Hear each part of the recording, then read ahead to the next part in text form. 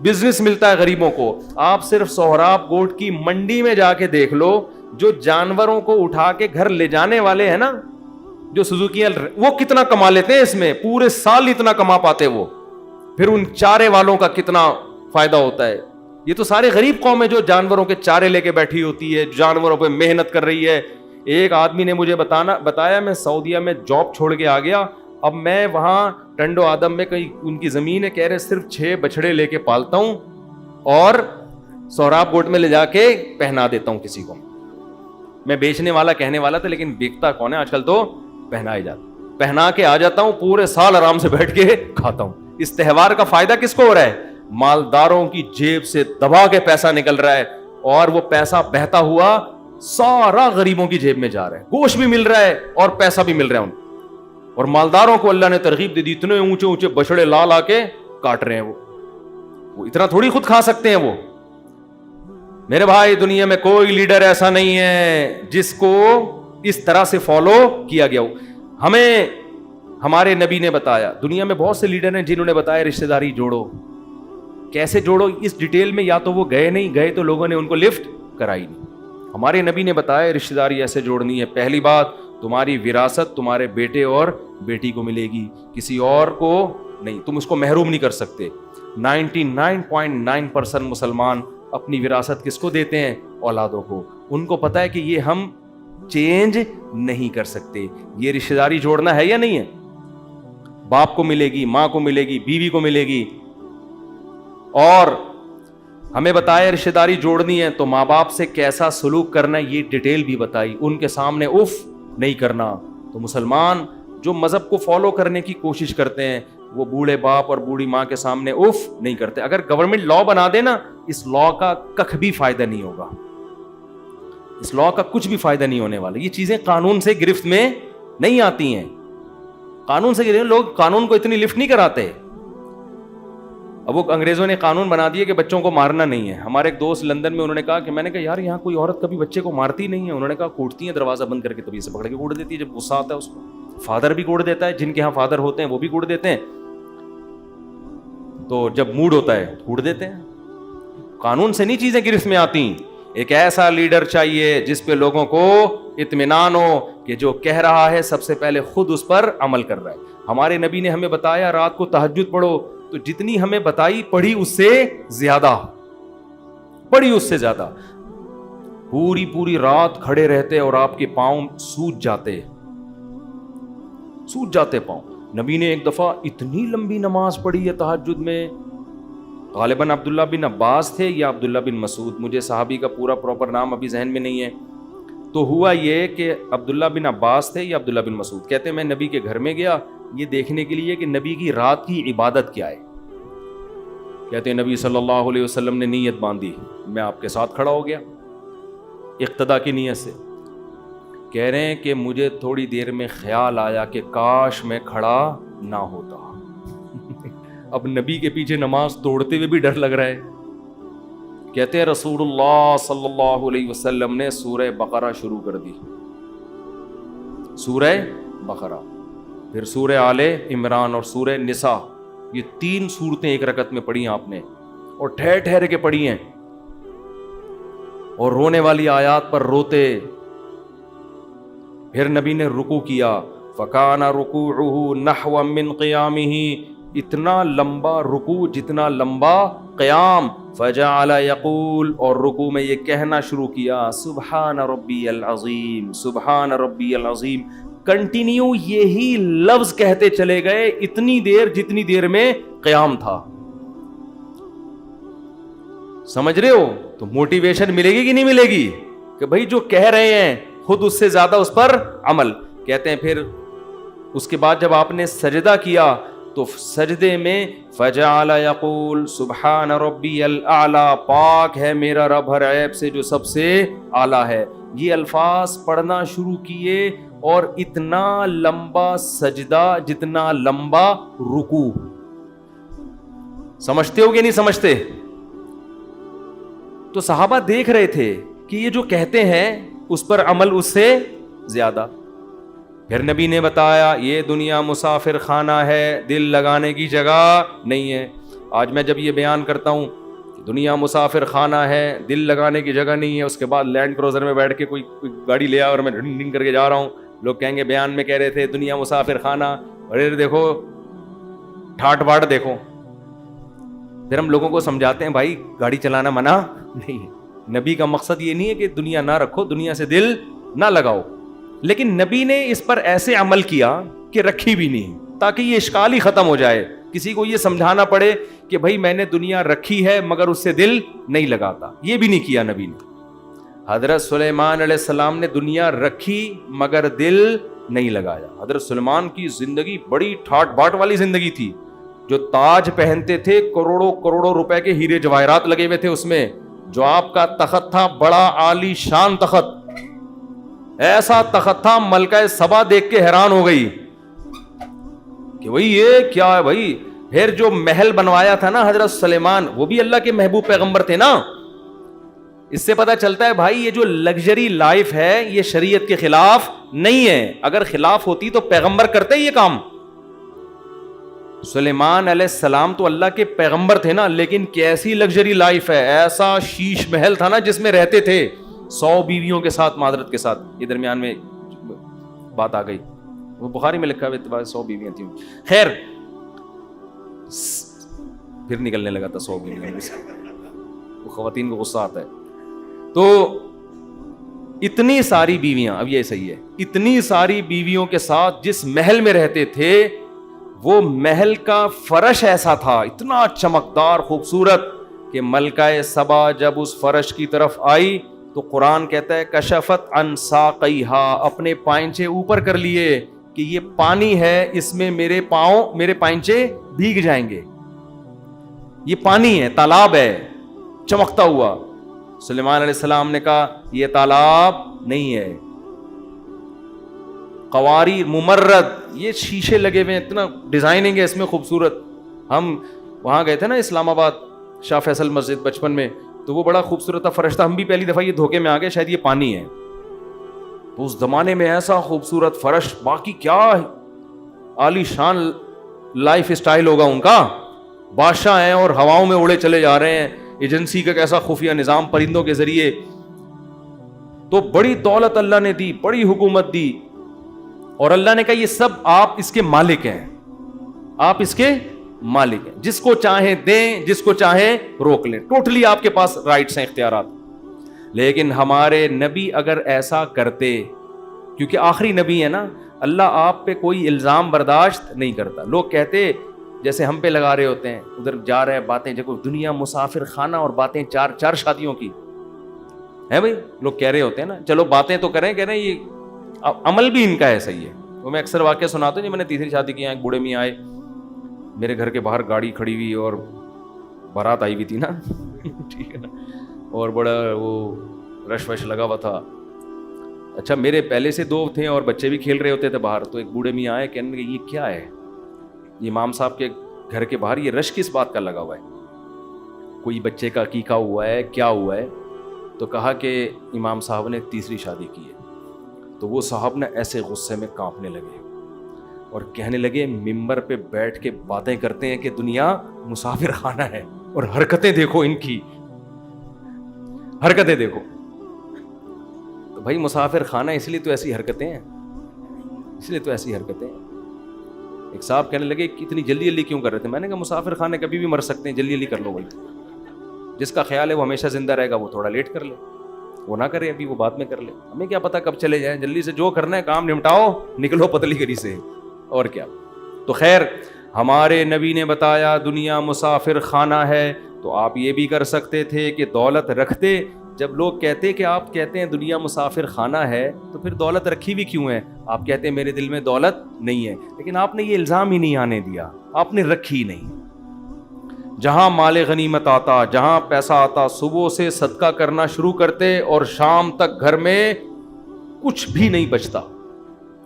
اپنی ازواج کو بھی یہی سکھایا. 1 سال کا راشن ہمارے نبی اپنے گھر میں ڈال دیا کرتے تھے جو مال غنیمت سے آتا. امہات کیا کرتی, صبح سے صدقہ کرتے کرتے شام تک سارا ختم, کہ بھئی کل کی کل دیکھی جائے گی. اور ایک دوسرے سے بڑھ چڑھ کے کرتی تھی, ایک دوسرے سے بڑھ چڑھ کے. تو یہ تھے لیڈر کامیاب. یہ کیا تھے؟ کامیاب لیڈر. تبھی صحابہ نے آپ کو فالو کیا, بڑھ چڑھ کے قربانیاں دیں, آپ کے لیے خون بہایا. ہمارے ہاں لیڈر جس قسم کے مارکیٹ میں آ رہے ہیں نا, باتیں ایسی, وہ جب قربانی کا موقع آئے گا لیڈر مارکیٹ سے کیا ہوگا؟ شارٹ. آدمی کہا ہمارا رہنما گیا کہاں؟ وہ امریکہ میں بیٹھا ہوا ہے. وہ کہاں ہے جی؟ وہ امریکہ. تو عجیب, تو پھر فالو نہیں کرتے لوگ. تو خیر میں جلدی سے بات کو سمیٹ کے ختم کروں. میں عرض کر رہا تھا رسول اللہ صلی اللہ علیہ وسلم نے ارشاد فرمایا, جلدی سے جو موضوع لے کے چلا تھا بس اس کو سمیٹتا ہوں. من کانت الدنیا ہمہ, جس نے خواہشات کو اصل مقصد بنا لیا. میں وہ بات کمپلیٹ کر دوں. وہ رمضان میں جو کہتے ہیں نا ہمیں خوشی نہیں ہو رہی, رمضان جا رہا ہے ہمیں غم ہو رہا ہے, تو وہ کہا کرتے تھے کہ ان سے کہا کرو ٹھیک ہے ایک مہینہ اگر اعلان ہو جائے, سارے مسلک کے مفتیان کرام کہہ دیں کہ فلاں روایت میں آتا ہے کہ جو 2022 میں رمضان ہوگا 2 دفعہ ہوگا, بے ہوش ہو جائیں گے لوگ. ابھی یہ کیا ہو گیا؟ پھر سے کل سے پھر سے واسع خان ہے بھائی, پھر سے تراویح, تو بڑی ٹینشن ہے. تو یہ خوشی کا دن ہے. جب عید آتی ہے تو کیا کرنا ہے؟ خوشی منانی. بس اس پہ شکر ادا کرو, اللہ تو نے ہم سے یہ ذمہ داری پوری کروا لی. ہم جیسے نالائقوں سے پلے گرے پڑے سوتے پوستیوں کی طرح ہی گزر گیا. فرض روزہ تو ادا ہو گیا نا, فرض روزہ ادا ہو گیا. ہماری نظر میں یہ بہت بڑی نعمت ہے, کیونکہ اس زمانے میں روزہ خور بھی پیدا ہو رہے ہیں جو روزہ نہیں رکھتے, کہتے ہیں رکھا نہیں جاتا. تو ہمیں تو بھائی عید کے دن خوشی ہوتی ہے, اس پہ دوبارہ سے وہی پراٹھے ہمارے بحال ہو جاتے ہیں. آدمی عجیب سا آخری عشرہ جو ہے نا, تو بہت ہی, میرے ساتھ تو بہت ہی ایسا ہوتا ہے کہ ابھی تو گرمیاں تھوڑی کم ہو گئیں, ورنہ 2-4 سال پہلے تو مجھے آخری عشروں میں ایسا لگ رہا تھا کہ میں بچوں گا نہیں. پسینے بھی بہت آتے تھے اور 2 کھجوریں کھا کے روزے رکھ رہے تھے ہم. بھوک لگتی, گرمی میں اتنی شدید گرمی تھی کہ بھوک بھی نہیں لگتی تھی. تو ہوتے ہوتے آہستہ آہستہ مجھے لگا کہ یہ 2-4 دن اور لیٹ ہو گئے نا روزے, تو ہم مارکیٹ سے شارٹ ہو جائیں. لیکن اس کا صحت کو فائدہ بہرحال بہت زیادہ ہوتا ہے, بہت نہیں بہت زیادہ. یہ کمزوری فائدہ مند ہے صحت کے لیے. تو اللہ تعالیٰ نے کیا فرمایا, اس لیے یہ ٹوپی ڈرامے نہیں کیا کرو. رمضان جا رہا ہے, ہائے بڑا غم ہے, ہائے بڑا غم ہے, یہ ٹوپی ڈرامے نہیں کیا کرو. بولو بھائی اللہ کا فضل ہو گیا, بس اللہ نے ہم سے رکھوا لیے نالائقوں سے. کوئی غلطی کوتاہی ہو گئی ہے تو توبہ کرو اللہ سے, آئندہ عزم کرو. باقی عید پہ خوشی مناؤ کہ اللہ نے ہمیں دوبارہ کھانے پینے کی چھٹی دے دی. ٹھیک ہے نا, یہ خوشی منانی چاہیے.